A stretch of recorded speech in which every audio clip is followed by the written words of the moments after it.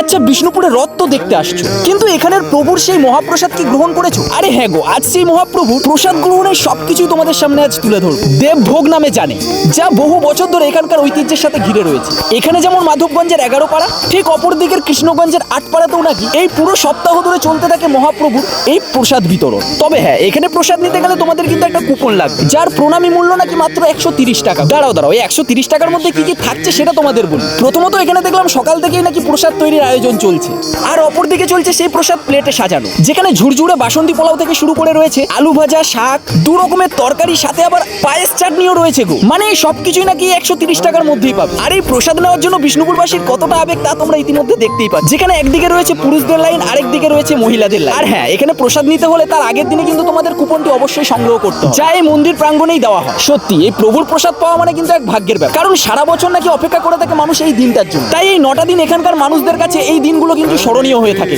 আর হ্যাঁ, আরেকটা কথা তো বলতে ভুলেই গেলাম, এই প্রসাদ কিন্তু এখানে বসে গ্রহণ করার কোনো রকম ব্যবস্থা নেই। তাই বাড়ি থেকে অবশ্যই কিছু না কিছু নিয়ে আসতে হবে এখানকার প্রসাদ নিতে গেলে।